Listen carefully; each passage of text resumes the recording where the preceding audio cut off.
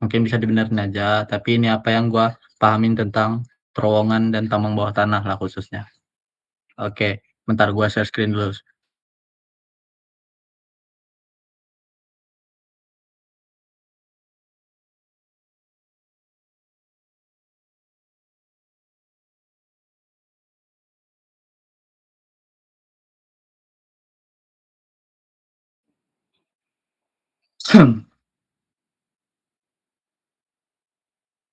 Oke, share screen gua udah kelihatan kan?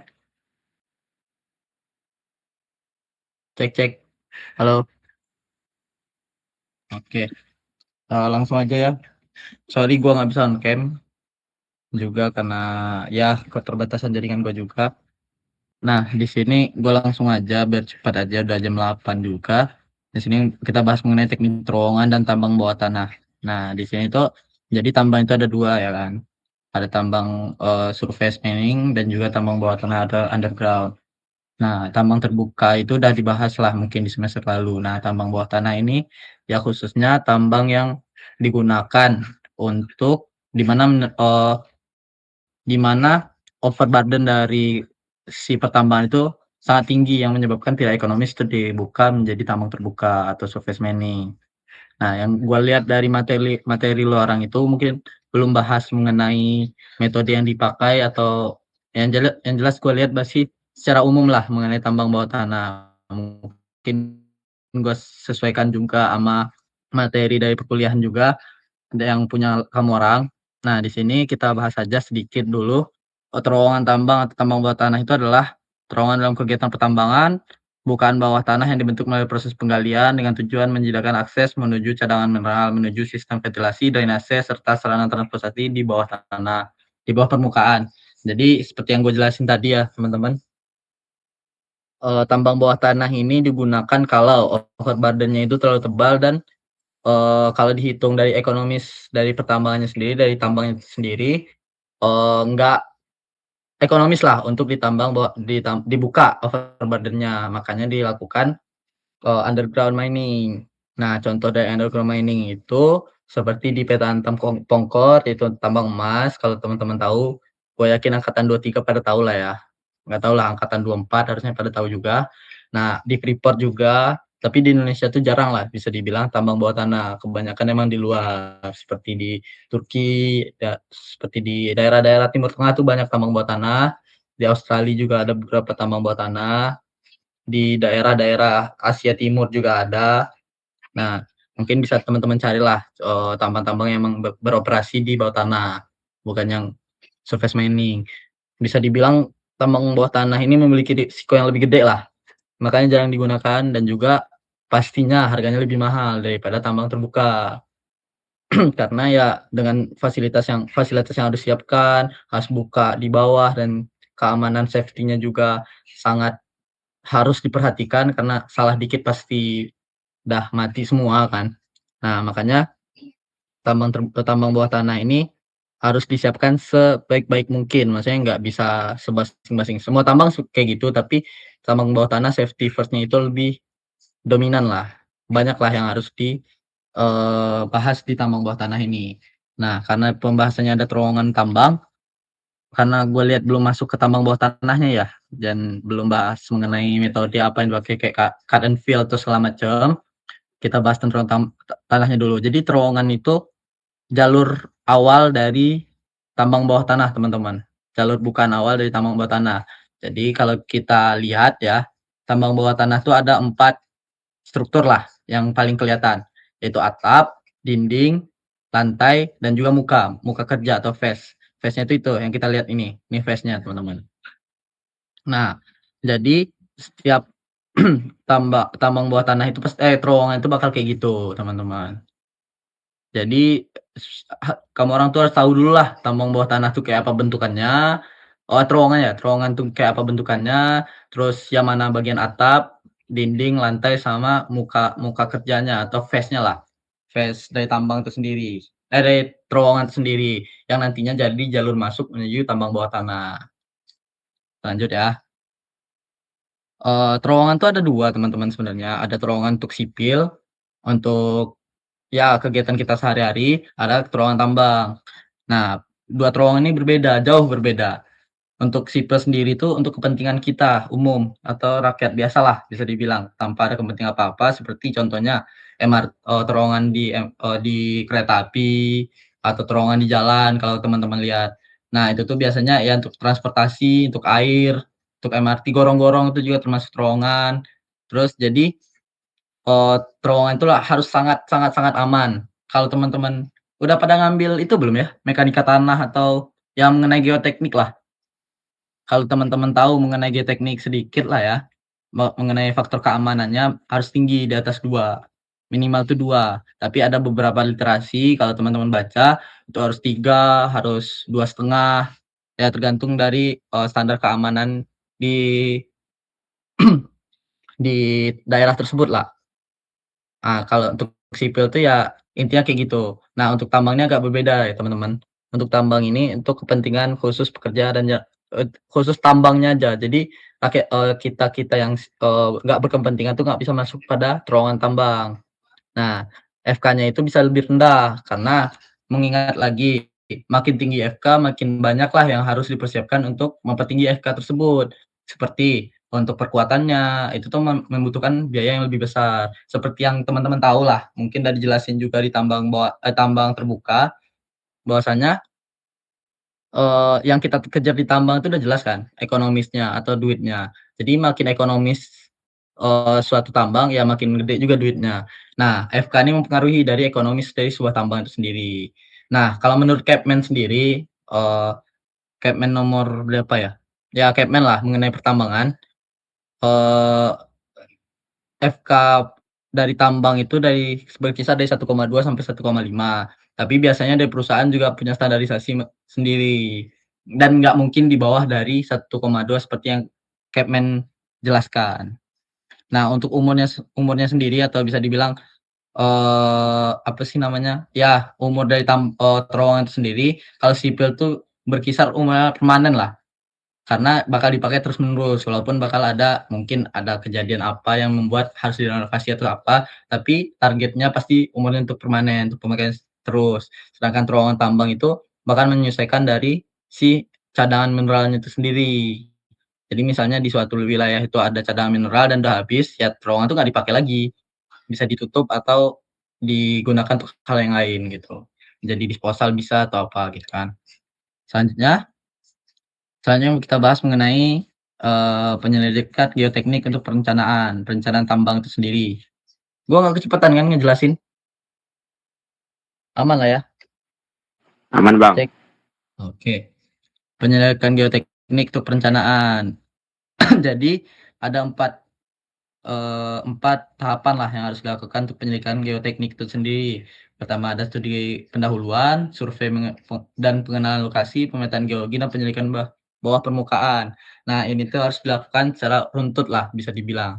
Seperti yang mungkin udah dijelasin juga sama dosen gimana untuk runtutnya sendiri.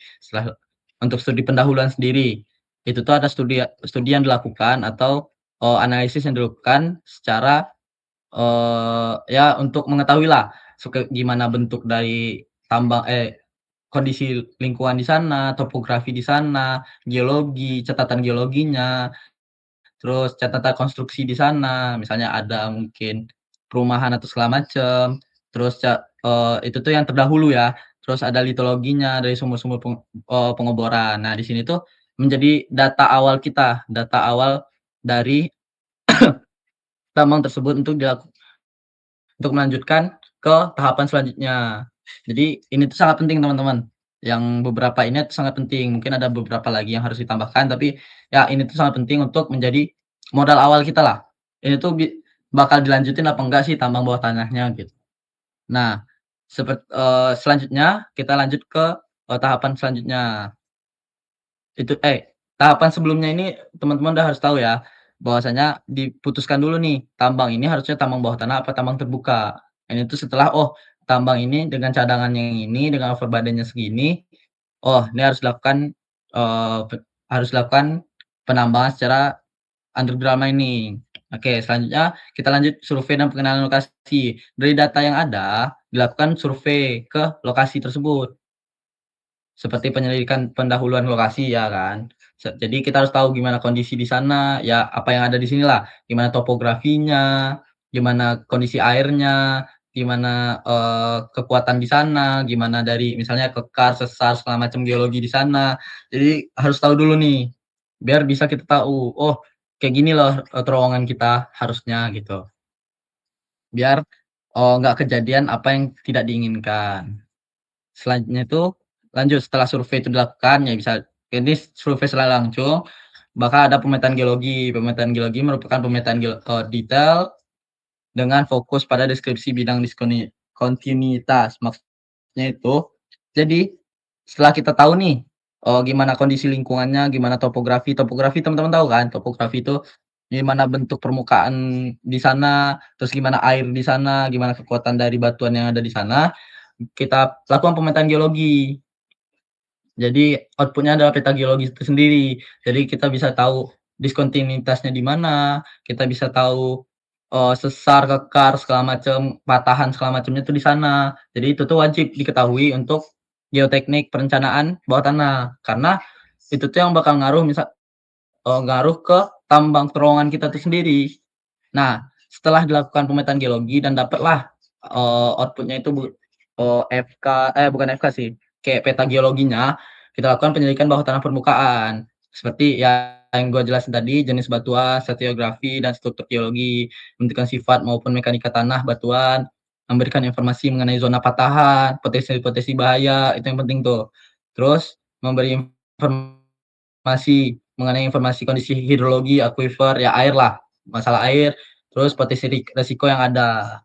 Misalnya kayak harus dihitung tuh, kalau alat berat kan punya getaran, itu tuh dihitung, getaran dari alat berat yang masuk ke terowongan itu bakal bikin terowongan itu runtuh apa enggak. Karena terowongan itu bakal pasti karena kita buka ya, tanah itu dibuka, kalau teman-teman tahu gimana kondisi tanah itu kan tetap ya, kalau kita ganggu bakal ada,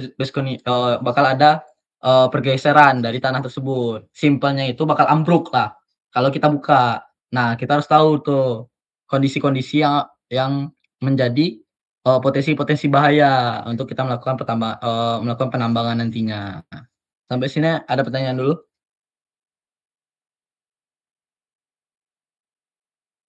Aman lah ya? Terus rancangan terowongan. Nah, rancangan terowongan tuh kita tuh pakai biasanya Belinsky dan Hookbrowne. Nah, itu tuh sebenarnya udah geoteknik banget ya, mengenai kestabilan terowongan banget kalau dibahas mengenai, Belinsky dan Hookbrowne. Tapi yang paling di-highlight menurut gua tuh ini aja, rancangan harus fleksibel menurut Hookbrowne. Jika masalah ada di blok yang jatuh atau gravitasi, maka butuh rockboard.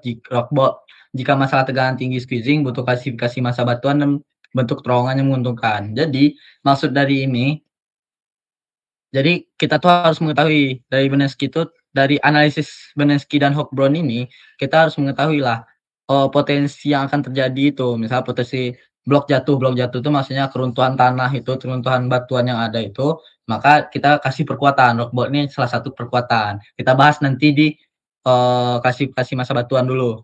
Nah, jadi intinya Berners-Lee sama Hochbrunn ini adalah metode atau ya bisa dibilang metode lah, ini nama orang ya. Itu tuh yang membuat metode mengenai, geoteknik dari terowongan khususnya, atau bisa dibilang mekanika batuan lah lebih tepatnya.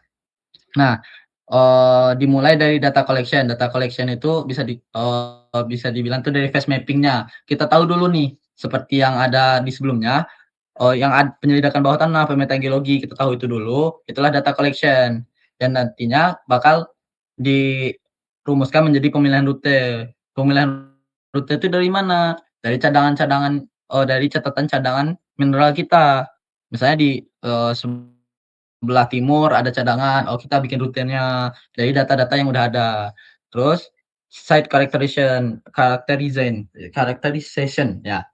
Nah itu tuh merupakan, kita harus mengetahui nih, setelah kita tahu rutenya, kita harus mengetahui juga karakterisasi dari, kondisi site itu gimana, airnya yang gimana, kondisi batuannya gimana, kok diskontinuitasnya gimana, yang bakal menyebabkan potensi bahaya lah kita. Baru tuh kita desain dan support, maksud desain di support tuh baru kita desain nih terowongan, kita desain perkuatannya, dan juga hal-hal lainnya konstruksinya dan hal-hal lain yang harus dilakukannya untuk produksinya juga gitu kan. Jadi nggak bisa di-skip sama sekali, tahapan-tahapan ini. Nah, jadi gimana sih kita bisa ngedesain, nge-support, gimana kita bisa site characterization, gimana kita pemilihan rute dan data collection-nya. Nah, di sini tuh ada namanya di terowongan itu nggak di terowongan doang sih, tapi kita bahas terowongan itu ada tegangan, pasti ada tegangan. Kalau teman-teman udah ngambil mekanika batuan ya, udah pada ngambil nggak sih mekanika batuan? Udah Bang.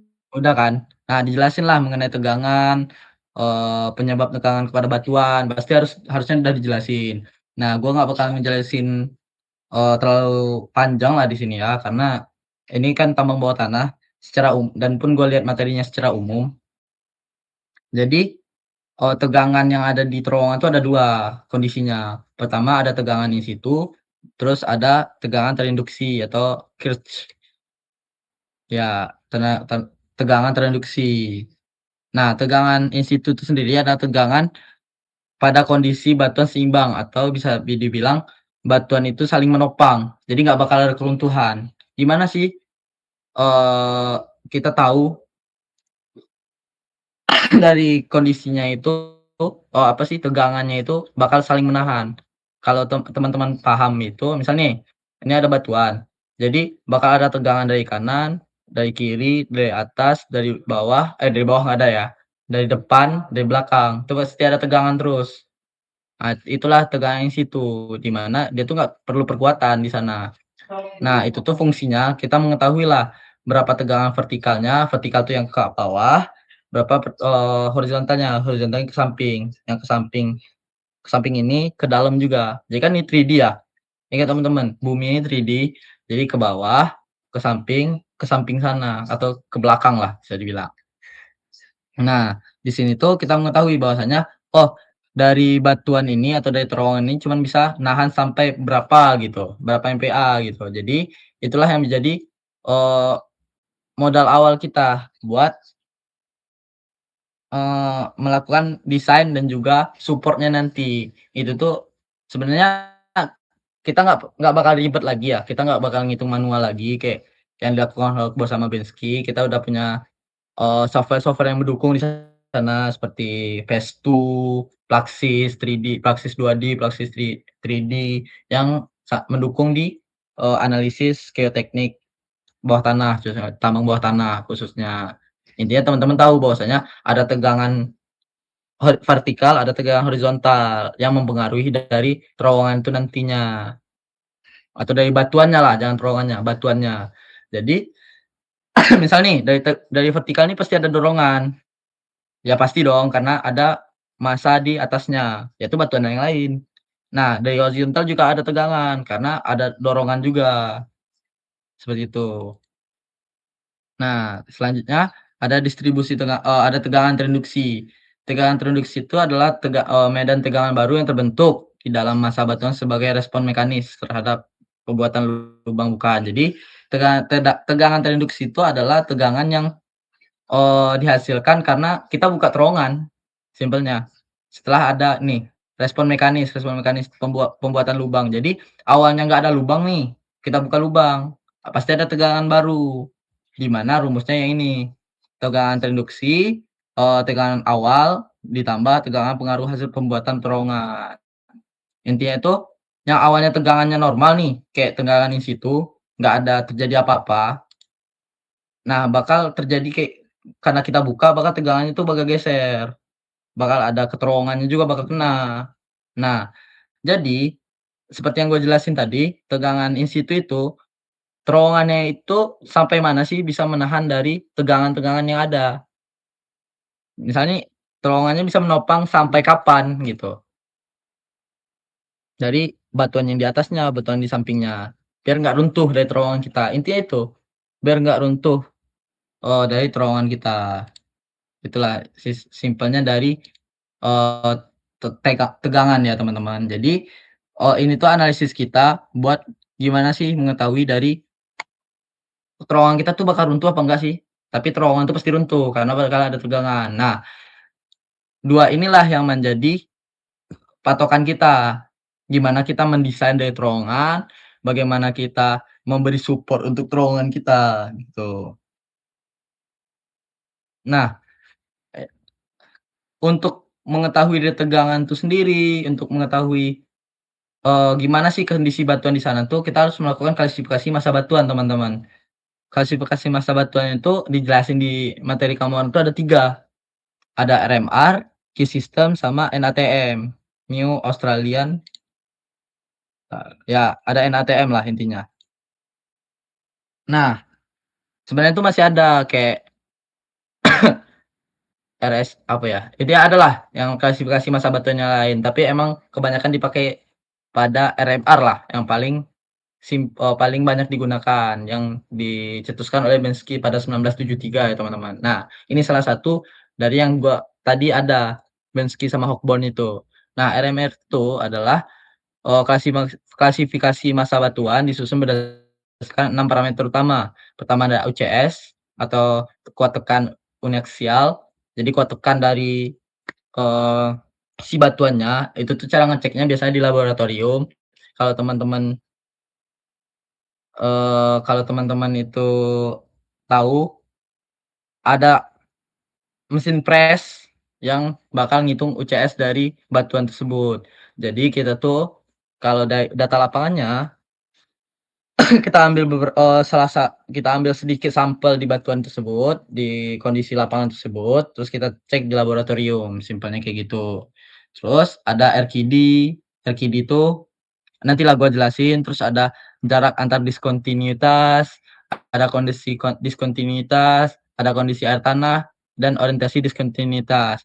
Jarak antar diskontinuitas itu adalah teman-teman tahu join? Nah, join itu kita itu ukurlah jarak dari setiap join itu.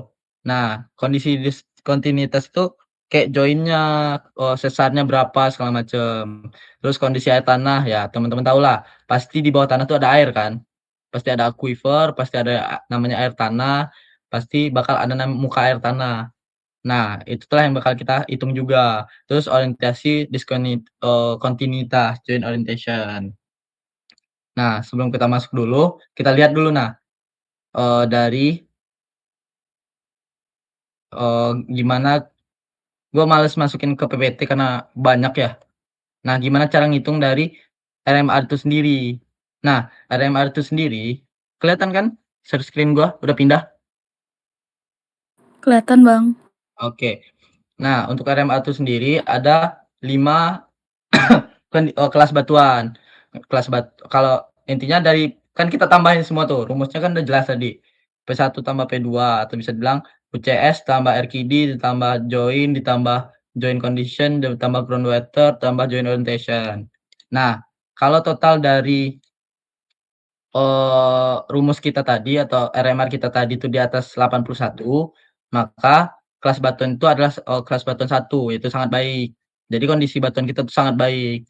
Kalau kelas batuan 2 di mana 61 sampai 80, cukup baik tuh di 41 sampai 60, 21 sampai 40 itu buruk, di bawah 21 itu sangat buruk.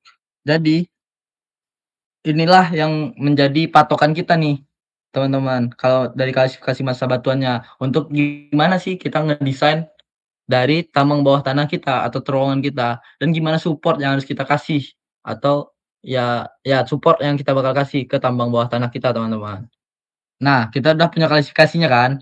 Nah, gimana sih cara mengukur UCS? Ya seperti yang kata gua itu, untuk mengukur UCS itu biasanya di labor dengan rumus UCS itu gaya maksimum yang diterapkan pada sampel batuan per luas penampang sampel. Jadi, kita tuh berapa gaya yang kita kasih ke batuan tersebut, yang bisa dibilang sampel tersebut. Bakal kita tekan, bakal dapat hasil UCS-nya dengan rumus ini, teman-teman. Terus setelah itu RQD, RQD diperkenalkan daripada tahun intinya gini teman-teman, jadi RQD itu kita ngambil sampel juga, gimana kualitas massa batuan ketika, eee, Intinya kita ngambil sampel berapa 2 meter misalnya ini. Ini kayak gini nih. Jadi teman-teman kita ini hasil bor kita lihat kondisi dari batuan bor kita itu. Jadi itu melambangkan dari RKD-nya. Jadi makin banyak sampel kita yang makin terukur, makin teruji dari RKD-nya sendiri. Misalnya nih, RKD itu didapat dari total kita lihat nih.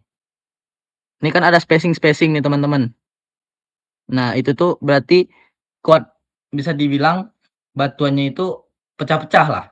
Nah, berapa sih kekuatan-kekuatannya itu biar kita bisa bisa apa sih namanya, menganalisis dan juga memutuskan RKD-nya berapa dengan rumus Eee, total dari core pieces yang lebih dari 10 senti, jadi setiap pecahan tuh kalau lebih dari 10 senti diukur, kalau kurang nggak diukur, jadi 0 per total semuanya, sampel kita. Misalnya nih contohnya, ada 200 sentimeter atau 2 meter sampel nih, diukurlah spacing-spacing ini, pitches-pitches-nya ini yang lebih dari 10 sentimeter.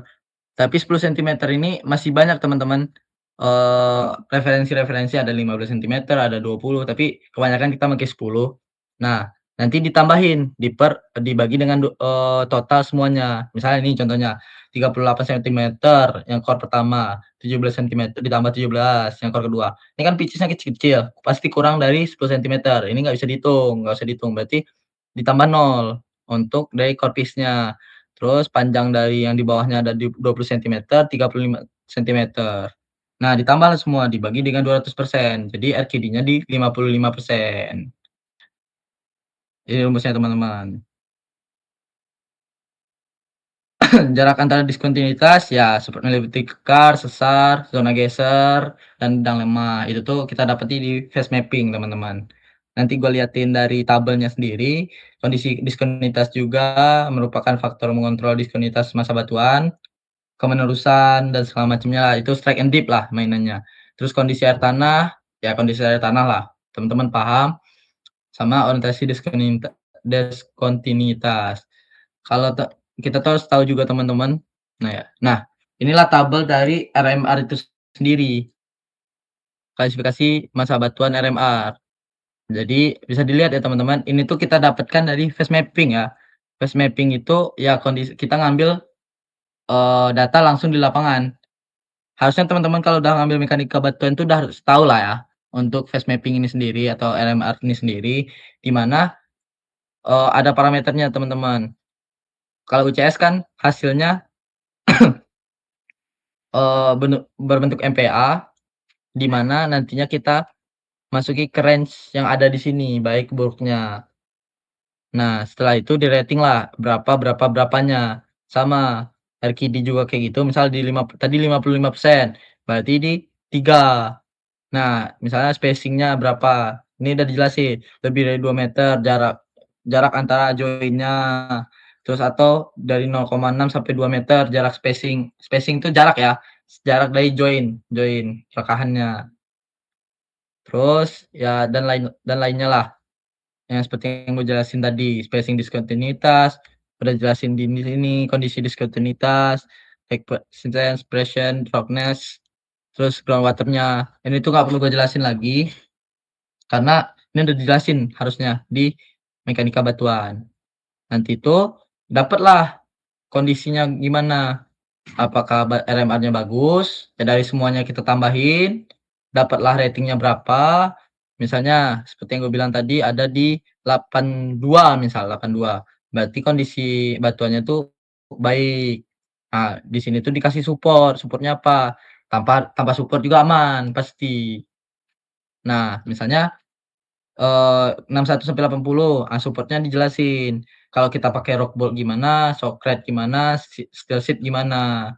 Misal nih, kalau dia 61 sampai 80, pakai bolt dengan panjang 3 meter, spasi 2,5 tanpa wire mesh.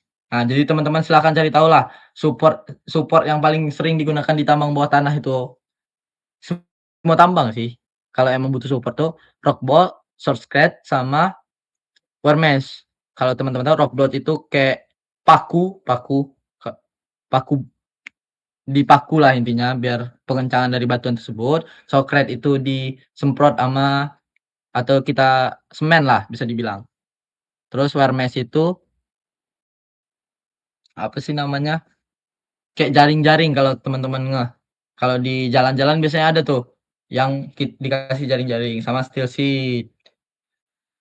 Fairrock dan juga Purrock mana udah dijelasin lah di sini. Seperti, berapa panjang dari rock bolt-nya, jarak antar rock bolt-nya dijelasin, terus berapa kalau pakai shortcut berapa ketebalannya, terus kalau Purrock gimana, kalau Purrock gimana, gitu. Itu tuh menggunakan metode mana tadi? Itu tuh menggunakan metode MR, teman-teman. Salah satunya pakai metode MRR. Kita lanjut. Sampai sini Cun nggak? Halo? Oke, gua anggap Cun ya. Jadi, selanjutnya ada klasifikasi massa batuan itu di key system, teman-teman. Rumusnya adalah RKD dibagi jumlah join atau join set, dibagi JR itu roughness, dibagi JA itu alteration, dibagi JW itu water inflow, sama SRF atau stress condition. Nah, ini rumusnya, ini parameternya, teman-teman. Jadi, untuk key system itu sendiri, kita tuh bakal cari tahu tuh, itu tuh sebenarnya udah ada standarisasi sendiri dari buku handbook-nya sendiri, key system. Nah, itu tuh bentar, gua liatin dikit lah buat teman-teman biar kebayang. Itu handbook dari key system itu sendiri, teman-teman bisa dicari di Google aja. Nah, misal nih, bisa dilihat nih. Langsung di TA gua aja. Sistem nggak ada gue jelasin di sini. Nah, gimana kondisi? Jadi kita sesuaiin sama kondisi parameternya aja. Dari apa yang kita lihat di lapangan, kita sesuaiin sama yang ada di punya kita. Jadi kan kalau RKD udah jelas ya. Bentar, mana tadi? Kalau RKD udah jelas gimana gue jelasin tadi, ambil sampel, ada core dari batuannya sendiri, nah itu kita hitung. Itu sama RMR. Sedangkan untuk join set number-nya sendiri udah ada beberapa, ini tuh udah dijelasin juga harusnya di mekanika batuan di abis UTS ya. Terus gimana kondisi dari joinnya, kalau pasti teman-teman paham lah join itu apa. Kalau joinnya ada satu gimana, satu set gimana, kalau satu set tambah join random itu gimana, dua join set. Jadi join set itu adalah join yang satu arah, teman-teman. Misalnya, gimana ya gue cara nyoret di sini ya. Ini nih, mau nyoret dulu.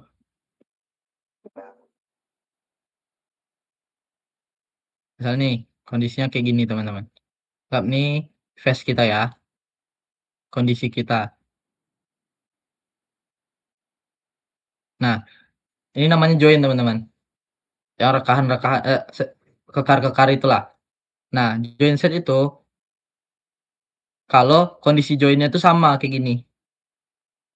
Mau itu 3, mau itu 5, intinya kondisinya sama, searah join setnya. Itu tuh kita tahu dari mana ya pakai geologi. Dari apa sih namanya? Kompas geologi, dan juga kita bisa lihat juga sih, kan ke sini, ke sini, ke sini, ke sini, ke sini. Jadi ini satu join set. Kalau kayak gini kondisinya, ini beda join set, teman-teman. Kalau ini kondisinya kayak gini, ada 2 join set. Nah, gitulah cara ngitungnya ya, kalau untuk join set sendiri. Nah, terus dan seterusnya. Terus kita lanjut ke alteration, alteration. Nah, roughness dulu, roughness itu kekasaran dari si mapping kita, face mapping kita. Ya, kita bisa dilihat ini kondisi dari gimana jarak antar join kita itu, discontinuitas, rock atau regular, unrating, smooth atau ya kayak gitulah. Gimana kekasarannya itulah, teman-teman. Sebenarnya ini tuh enaknya dijelasin kalau di lapangan, tapi teman-teman tahu aja dulu. Nah, kayak gini, Rock itu gini, lebih kasar, Smooth itu lebih halus, Slick Side itu halus banget, Planer segala macem lah. Lanjut di Joint Alteration tuh dijelasin juga, ya tinggal teman-teman baca ya, biar lebih paham. Soalnya gue lihat juga pembahasannya tuh lebih nggak sampai ke detail ini, karena ya mungkin tambang bawah tanah ini lebih itu ya, lebih apa sih namanya, lebih mencakup tentang tambangnya daripada geotekniknya, karena ini fokusnya ke geoteknik. Nah, setelah kita tahu nih semuanya, SRF-nya juga dijelasin, nanti kita ini ratingnya ya teman-teman, jadi kita pakai rating yang di sini. Misalnya kondisi joint set-nya tuh ada 2 misalnya, joint set-nya ada 2, joint set-nya ada 2, oh ratingnya itu ada di 2 teman-teman. Ya tinggal kita masukin ke rumus yang ada. Rumusnya tadi tuh RKD-nya berapa, misalnya RKD-nya 55%, 55, terus, JN-nya berapa, 2 misalnya, atau 7,5 ratingnya dan segala macem. Lagi, bukan. Nah, setelah kita tahu nih, dapat berapa sih dari key-nya sendiri, kita analisis lagi untuk perkuatannya, mana tadi? Kita analisis dari perkuatannya itu sendiri. Nah, pakai inilah. Jadi kalau teman-teman mana mana bentar. Nah, kalau teman-teman ketemu tabel ini, itu namanya tabel key system, teman-teman. Eh, nah, ini namanya tabel key system, teman-teman. Nah, ini tuh buat kita nentuin support apa sih yang bakal kita kasih ke terowongan kita. Support apa yang kita kasih ke terowongan kita, teman-teman. Jadi kita ketahui dulu nih, key system dari key yang udah ada, berapa sih kita apa sih yang harus kita kasih perkuatannya. Misal nih, contohnya sendiri itu, kita anggap key kita dapat di 10 teman-teman. Kita titikin di 10 kan. Terus span per ESR itu adalah jarak paling jauh dari ya intinya lebar dari terowongan kita. Nanti kita bakal dapat misalnya di 10. Nah, 10 dan 10 kita titikin di tengah-tengahnya. Kita sambungin, kita tahu oh kondisinya tuh gimana gitu. Nah, setelah itu baru kita bisa kasih support kategorinya. Misalnya nih, oh ternyata dia di 4 nih. Kan ada 4. Kita ngasih sesuai dengan yang ada di sini. Misal 1 nggak perlu support atau cuma spot bolting. Kalau di spot ketiga 2 gimana, spot ketiga gimana, tinggal dibaca. Fiber reinforce spread, concert, dan segala macam. Itu key system. Nah, key system itu lebih fokus ke apa sih namanya? Lebih fokus ke perkuatannya, teman-teman. Jadi klasifikasi massa batuan yang berfokus ke kekuatannya nantinya, sedangkan RMR itu sendiri mengetahui berapa sih, gimana sih kondisi dari batuan yang ada di terowongan kita atau dari mapping kita itu, dari phase kita itu sendiri. Habis itu ada namanya NATM atau New Austrian Tunneling Method. Nah, ini tuh, eee, menurut gua nih ya, karena ini menurut gua juga gua baru baca ya, NATM lebih ke observasi lapangan. Jadi, gimana sih pergerakan dari, kondisi terowongan kita. Jadi nih teman-teman, misalnya nih kita punya terowongan, kita buka beberapa, sedikit, kita hitung berapa pergerakannya. Jadi kalau di RMR sama key system itu, dia tuh kita udah tahu nih, oh dia bakal runtuh kapan, dia bakal runtuh di berapa, oh dia bakal runtuh gitu. Kita udah tahu FK-nya berapa. Misalnya FK-nya cuma dapat 7, dari RMR ini kita dapat 7.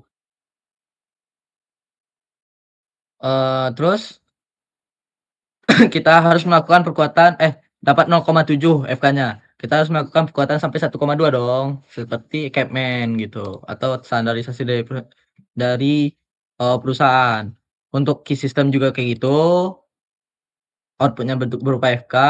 Nah, sedangkan NATM itu lebih berfokus ke distribusi atau bisa dibilang pergerakan dari, si terowongannya sendiri.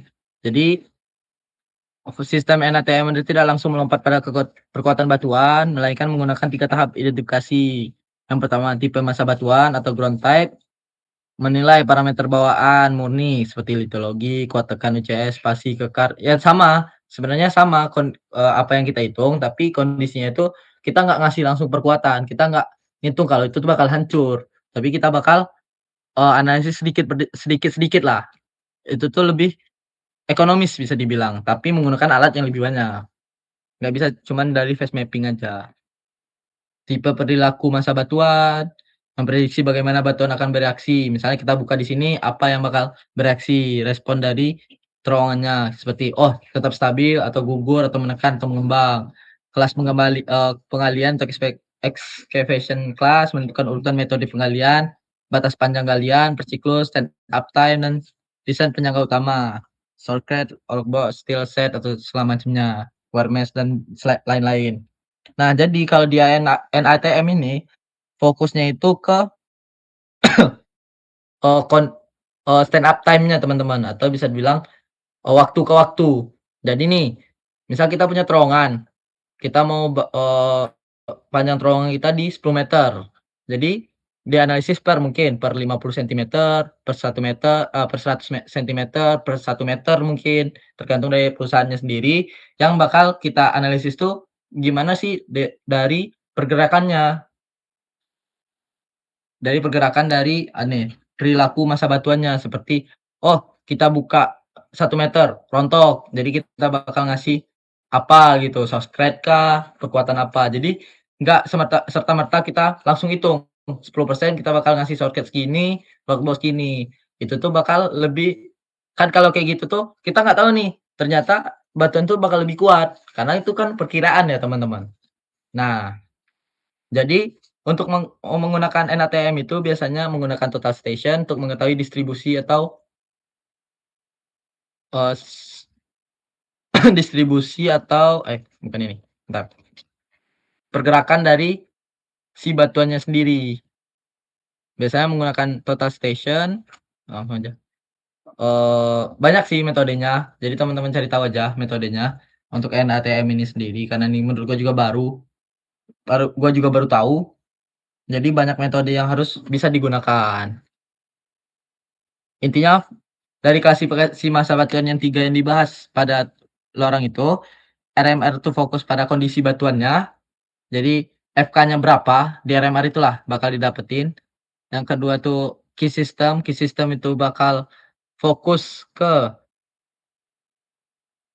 fokus ke, perkuatannya. Jadi tanpa key system itu kita nggak tahu, FK-nya bakal pasti aman, karena kita langsung kasih perkuatan. Sedangkan RMA tuh kita tahu FK-nya dulu, kita tahu kondisi batuannya dulu, baru kita tentukan perkuatannya apa. Nah, itulah maksud dari desain dan juga support itu. Sedangkan ATM kita buka dikit, kita kasih perkuatan, kita buka dikit, kita kasih perkuatan.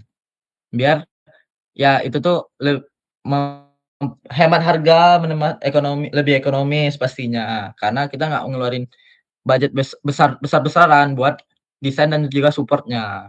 Tapi, minusnya itu bakal, ya kalau emang terjadi hal-hal yang lebih banyak resiko yang bakal kejadian. Misal nih, kita buka, wah ternyata di sana tuh ada diskontinuitas dan nyebabin keruntuhan, yang bisa jadi mungkin kerugian dari material maupun, ya kerugian material yang bakal dapat, terus alat yang ketimbun atau segala macamnya lah, yang kita harus ngasih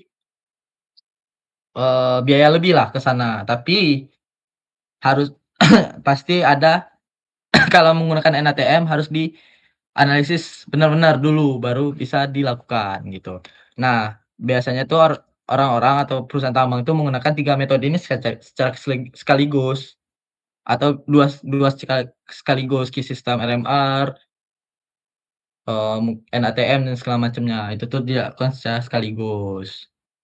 Nah, itu ya terowongan teman-teman, dan apalagi ya? Oh udah, untuk materinya cuman segitu ya teman-teman ya, fokusnya ke RMR, kasih kasih masa batuan, terus terowongan dan juga kasih kasih ya itulah. Mungkin ada yang mau ditanyain. Udah jam 9 juga. Kalau mau ada tanyain, tanyain aja teman-teman. Terima kasih. Gua kembaliin ke MC.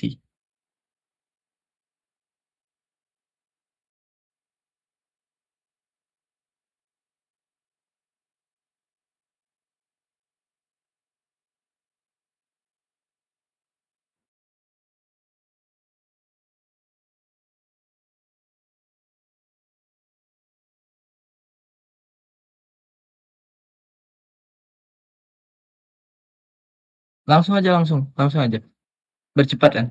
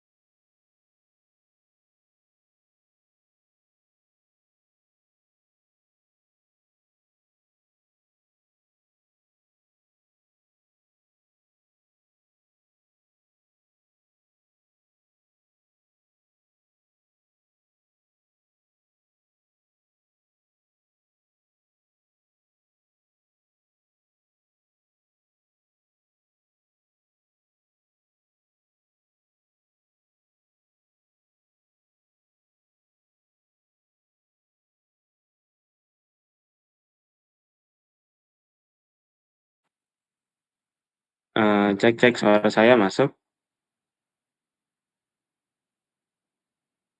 Halo, suara saya masuk nggak? Oke. Sebelumnya, saya sebagai Kepala Departemen Keilmuan HMTA bersama teman-teman dari panitia HMTA kelas mengucapkan terima kasih sebanyak-banyaknya kepada pemateri kita pada hari ini, yaitu Bang Wildan. Eh, Jujur saya nggak expect, ternyata pemateri kami Bang Wildan ternyata yang teknik terowongan. Eh, Terus ya harapan saya semoga teman-teman yang mengikuti HMTA kelas pada hari ini, semoga materi yang telah disampaikan Bang Wildan nyangkut lah minimal 80% ke otak kita masing-masing. Dan harapan saya kepada teman-teman yang sudah mengikuti HMTA kelas ini untuk semoga kalian memaksimalkannya dan semoga UTS-nya insya Allah di atas 80 lah ya. Lalu selanjutnya sebagai bentuk apresiasi kami, ini ada sertifikat penghargaan yang selalu kami berikan kepada tiap-tiap pemateri dari HMTA kelas. Kepada Bang Wildan, ini mohon diterima ya Bang, sebagai ucapan terima kasih kami. Selanjutnya, seperti biasa kita bakalan foto dulu, dokumentasi. Mohon dibimbing ya moderator.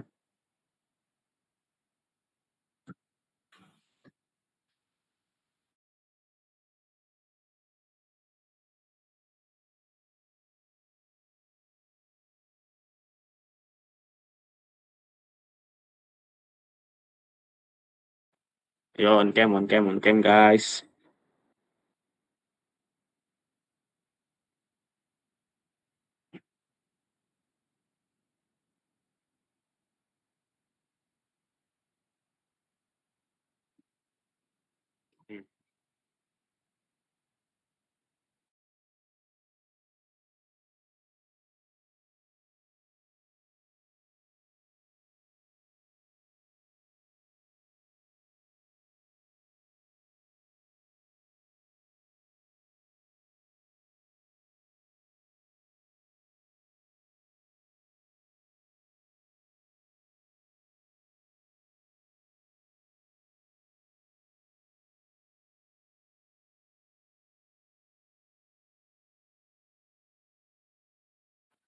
Oh ya, ya, gaya keilmuan. Gini-gini semua gini.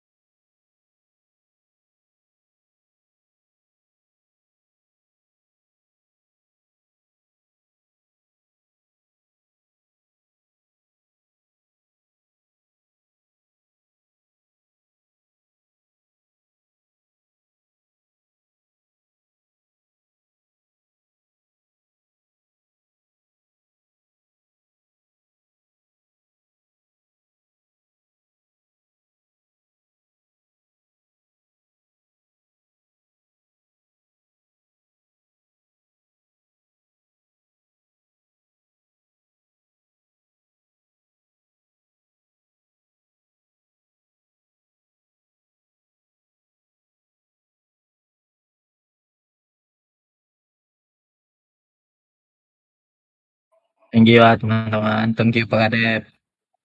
Thank you Bang Wildan. Love you. Pak Kadep, Pak Kadep. Gua cabut ya. Gua ada urusan Ya, juga. thank you ya Bang. Oke, thank you teman-teman. Makasih banyak Bang. Izin-izin keluar. Dadah. Thank you Dwi. Thank you guys.